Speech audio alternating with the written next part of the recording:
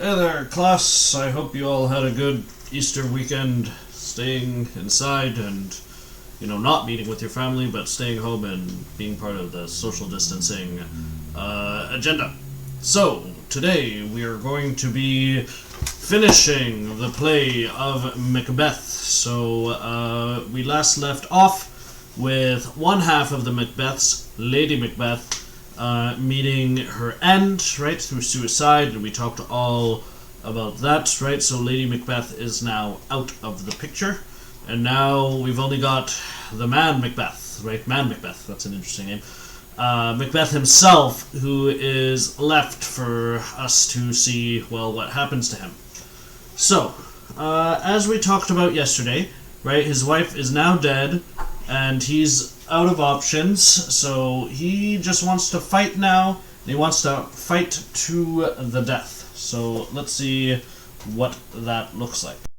So we have in Act 5, Scene 3, line 22, a new character that's introduced, right, who doesn't have a lot of lines, not a very important character, but he is nevertheless important.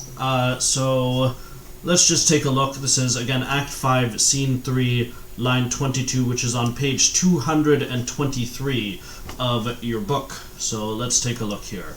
We have Satan. So this happens right after, or right before Lady Macbeth is killed, right? We have this character Satan come, and Macbeth says to Satan, "Satan, I am sick at heart.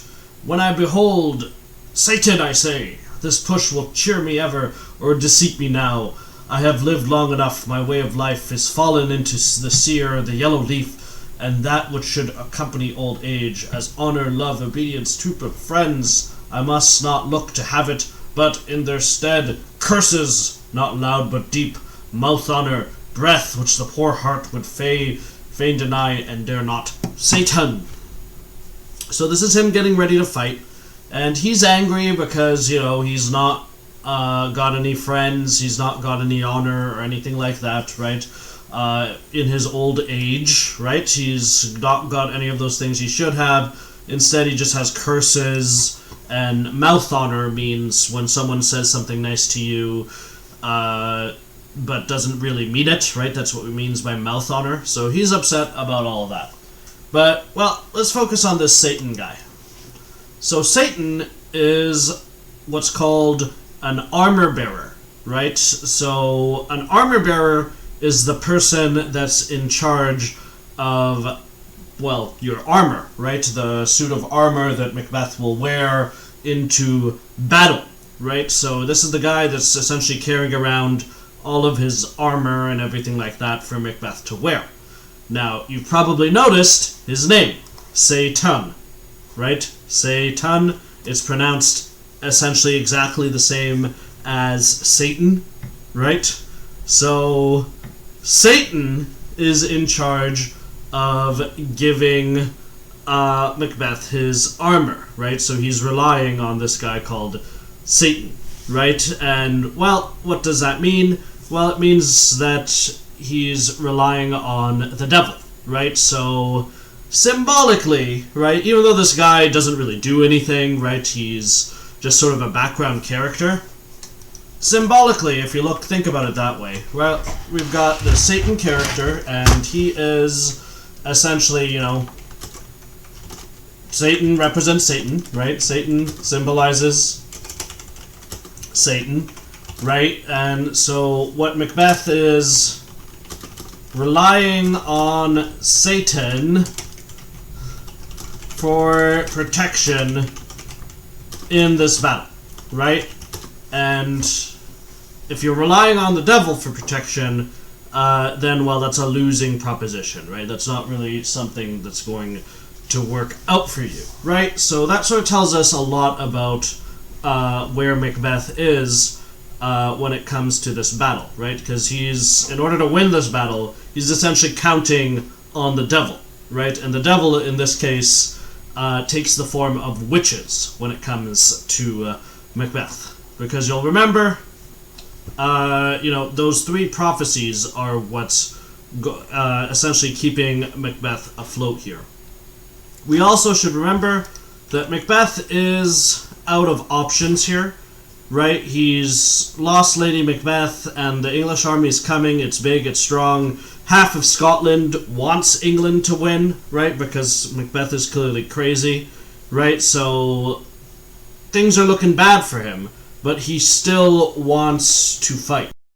In fact, he says in Act 5, Scene 5, line 50, which is on page 235 of your textbook, right? He says that line that sort of shows his attitude here, right? Where he says, where is it? Arm, arm, and out! If this which he avouches does appear, there is nor flying hence nor tarrying here. I begin to be aweary of the sun, and wish the estate of the world were now undone. Ring the alarm bell, blow wind, come rack. At least we'll die with harness on our back, right? So harness, as you'll see from the glossary, means armor. So essentially what Macbeth wants to do is die as a fighter, right? So he wants to die with honor, right? And we talked about last time how Macbeth is essentially maybe committing suicide by cop here, right? So he has Satan with him, and he's ready to just go and die with harness on his back, right? Meaning that he wants to die with honor. But he still has three things that are going for him, right? Remember that the witches gave him three more prophecies, right? There was beware of Macduff. There's don't be afraid until Dunsinane Wood comes to Burnham Hill. And there's you cannot be killed by anyone born from a woman. That's all he's got left going for him. So what we'll see in this final act is those prophecies start to fall apart. So before we talk about Dunsinane Wood, let's remember Macduff, that one, it already didn't work, right? He sent all of those killers to to Macduff's castle, right? The castle of Fife, right? And he tried to kill Macduff and his family, and he did kill the family, right? He killed Lady Macduff, he killed his children and everything like that. But, ultimately, it's, Macduff himself survived, so there's still a Macduff very much out there for him to beware of. But let's see number 2. So it's don't be afraid until Dunsinane Wood comes to Burnham Hill. So let's take a look at, how that's going to go. So let's start with Dunsinane Wood going to Burnham Hill. So we've got the English army marching against Macbeth. Take a look at Act 5, Scene 3, line 6, right? That's on page 231 of your book, right? We've got this exchange, just a quick little scene, but it's important for the purposes of prophecy. You've got Malcolm in there, who says, "Cousins, I hope the day are near at hand that Chambers will be safe. We doubt it nothing. What wood is this before us? The wood of Burnham. Let every soldier hew him down a bough, and bear it before him. Thereby shall we shadow the numbers of our host, and make discovery err in reports of us. It shall be done." So, small thing.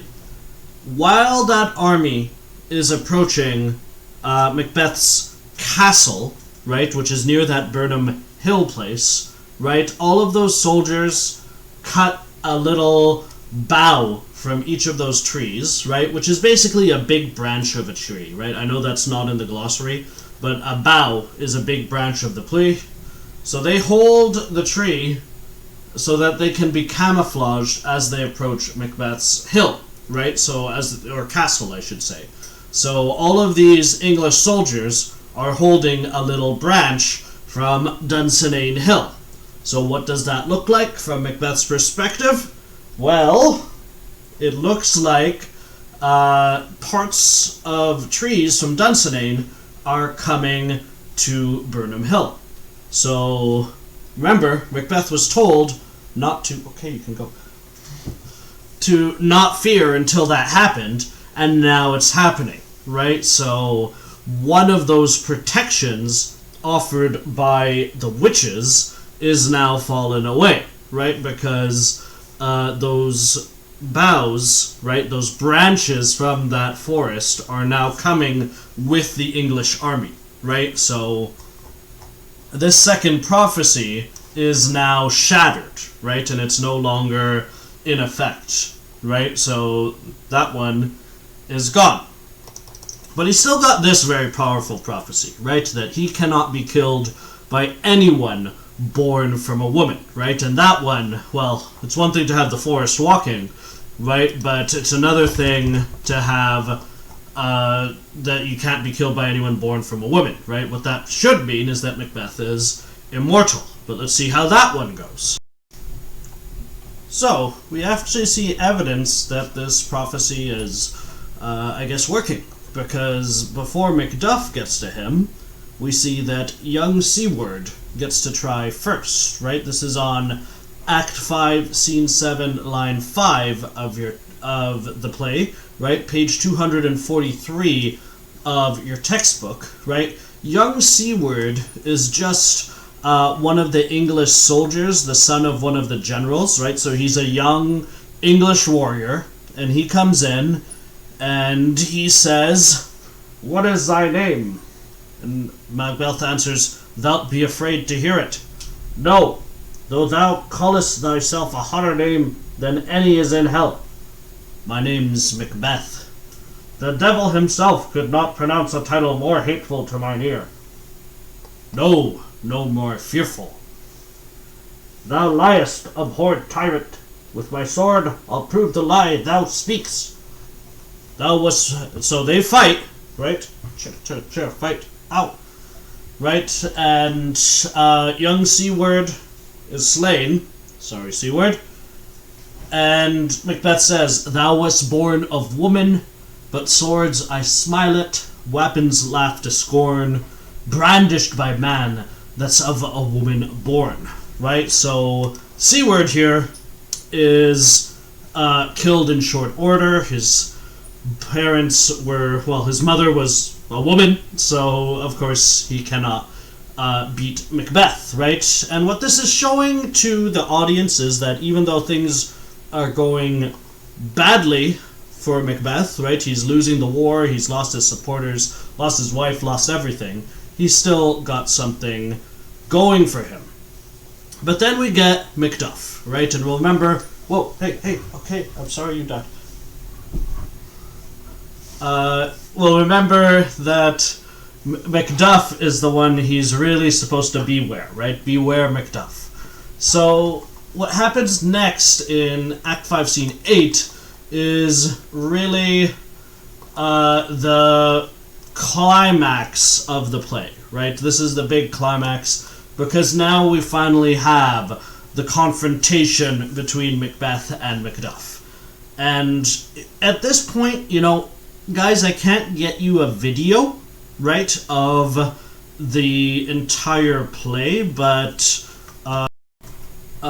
even though I can't give you guys the whole movie, you can find the ending on YouTube, right? So the link is right here. Actually, you guys don't have this. So I'll put the link to this in the video description and also in the email and on the website so that you guys can watch it, right? Because it's supposed to be a very dramatic final battle scene between Macduff and Macbeth, right? It's Macduff's big revenge that he's supposed to be trying to get, and, you know, by this point, Shakespeare's audience is 100% against Macbeth, right? They don't like this guy, they want to see him brought down, so Macduff is here to sort of save the day, right? So take a moment and watch the video version of that, right? So that you get a sense of what it's supposed to look like, right? With a good production like the Patrick Stewart version, it needs to really, you know, bring home some of those emotions.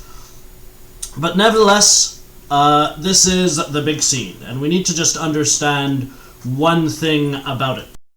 So, what happens during this fight is that Macduff reveals a little secret, right? This is happening on Act 5, Scene 8, Line 19, page 247 of your textbook, right? Macduff tells Macbeth a little secret. So let's just take a look at this. So, they're fighting, right? And Macbeth says, "Thou losest labour. As easy mayst thou, the entrenchant air, with thy keen sword impress as make me bleed. Let fall thy blade on vulnerable crests. I bear a charmed life, which must not yield to one of woman born." Right? So Macbeth is here telling Macduff of his special prophecy from the witches. And Macduff answers him. Hey, it's your turn. Come on. "Despair thy charm, and let the angel whom thou hast served tell thee, Macbeth was from his mother's womb untimely ripped." Good job. So, this... Hey, okay. This is one of the most important parts of the play. Macbeth was from his mother's womb untimely ripped. So, what that means, untimely ripped, is that his mother died in childbirth, right? It's what we call maternal mortality, right? So, Macduff's mother passed away while she was giving birth. So, what that technically means is that Macduff is not born from a woman. He was born from a corpse. So therefore, the witch's protection does not actually apply. And, well, just like they said, Macbeth really does have to beware Macduff. Because, well, Macduff is immune to the witch's prophecy. So, that leaves Macbeth in a lot of trouble, right? He says, there's just a line after the one I just read, "Accursed be that tongue that tells me so, for it hath cowed my better part of man. And be these juggling fiends no more believe than palter with us in double sense, that keep the word of promise to our ear, and break it to our hope, I'll not fight thee." Right? So Macbeth at this point realizes that the witches have screwed him, right? That the witches essentially ruined Macbeth's life by giving him these prophecies, right? That gave him hope, but, well, they didn't, again, they keep the word of promise, so technically all their prophecies were true, but they broke it to his hope, right? So it ends up backfiring on him quite a bit. But it's important here that Macbeth does not give up, right? I don't have a cat now, but I'll read Macduff here. He says, "Then yield thee, coward, and live to be the show and gaze of the time. We'll have thee, as our rarer monsters are, painted on a pole and underwrit, here may you see the tyrant." So Macduff says, you should give up, Macbeth, and we're going to keep you in a cage, essentially put you in a zoo, right, and make it so that if people pass by, they'll say, "Here may you see the tyrant," right? So essentially, lock him up in a cage like it's a zoo. And Macbeth answers, "I will not yield, to kiss the ground before young Malcolm's feet, and to be baited with the rebel's curse. Though Burnham would be come to Dunsinane, and thou oppose, being of no woman born, yet I will try that last. Before my body I throw my warlike shield, lay on Macduff, and damned be him that first cries, hold enough." Right? That last line, by the way, is one of the most famous of the play. So, what this is showing is that Macbeth, he realizes he's screwed.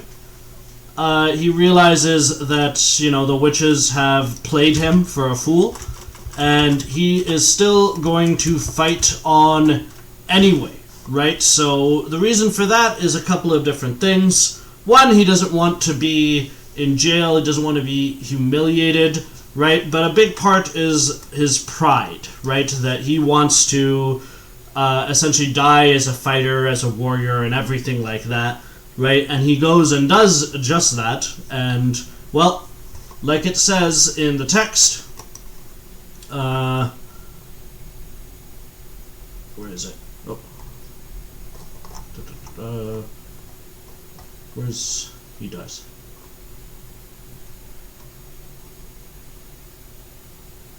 So, wait, it should say he's killed. It says in your textbook. Anyway, he fights with Macbeth, and Macbeth fights with Macduff, and he is killed, right? So, and then he really did have to beware of Macduff, because Macduff ends up killing him and cutting off his head, right? That's how, in fact, the play ends.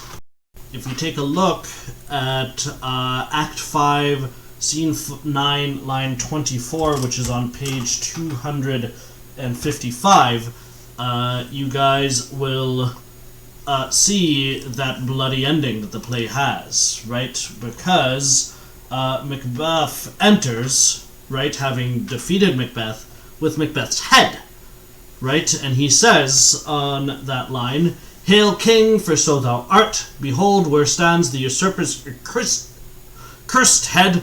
The time is free. I see thee compassed with thy kingdom's pearl, that speaks my salutations in their minds, whose voices I desire aloud with mine. Hail, King of Scotland! Hail, King of Scotland!" Right?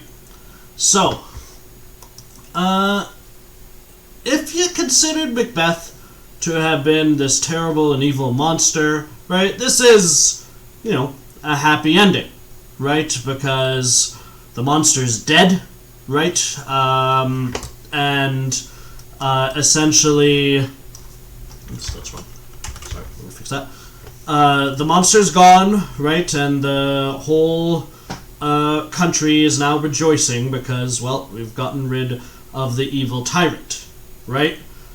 But the head has always sort of struck me as a bit of a strange way to end the play, right? Because you're celebrating the overthrow of this terrible and tyrannical man, right? But at the same time, you're throwing around a head, right, here at the end, right? And in fact, you know, Macduff is holding the head of the star of the play in his hands as this thing ends.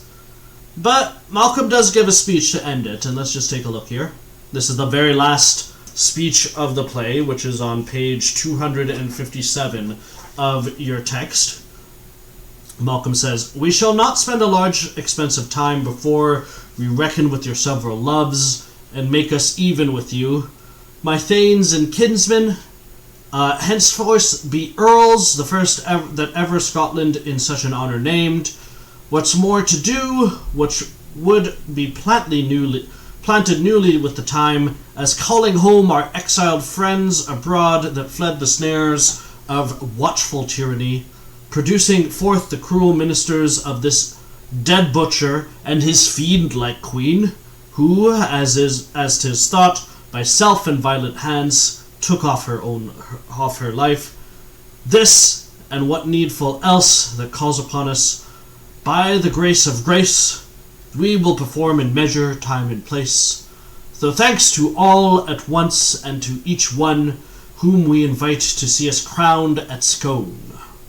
So, a couple of things happening here, but first among them is that, you know, he's sort of saying things are going to get back to normal, right? He's going to, when he says call our exiled friends home, he's referring to people like, you know, Donalbain, who had to flee to Ireland, or, you know, anyone else that Macbeth was sort of going after. And he's going to get rid of the cruel ministers of this dead butcher, so I assume he's going to try to find people like, you know, the murderers and everything like that, right, in order to restore order to the country, right? So, depending on how you feel about Malcolm, this could be considered a happy ending, or it could be considered, well, maybe more of the same, right? It really does depend on what you think of the head, right? So, that brings us to the end of the play.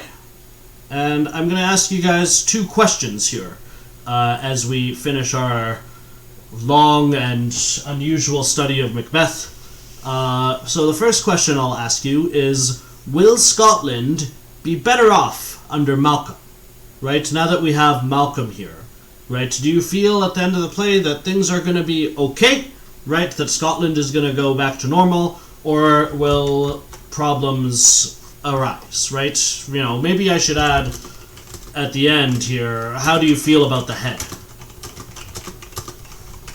Right, so that can be our first question of the day. And our second question of the day is, what do you think are the lessons we learn at the end of the play? Right, so we've been through this play, and I know it's taken a couple of weeks, right, and I've had to do half of it through YouTube. But now that we're at the end of the play, what do you guys think are the lessons here that we've learned from this particular play? Now, send me those answers just the way you usually would, right? faisal.ahmed@tdsb.on.ca, right? So send me your answers, send me your thoughts, same way as last week. And we will do that. Just so you guys know, right, the reflection assignment, I'm going to give that out is tomorrow. Sorry. So the plan is for that is we're going to have 6 questions. You will pick 3 and answer each in a paragraph, right? This is replacing the Macbeth test that you were doing, right? And what's going to happen is, I meant for it to be due on Friday, but I forgot Easter Monday, and so what it'll be due on, what is it? The 19th, or not, the 20th, not on Sunday. So on Monday, April 20th, right? So we'll be doing it like that. So tomorrow, once we have finished talking about the end of the play, we will talk about that reflection assignment, right? So that is coming, right? Just tune in tomorrow and I will give you that assignment, and hopefully it won't be too tricky. So yeah, we will leave it there for today. If you have any other questions about the play or for me, feel free to ask. And I hope you all had a wonderful Easter. I hope you're all safe and healthy, and I will see you tomorrow.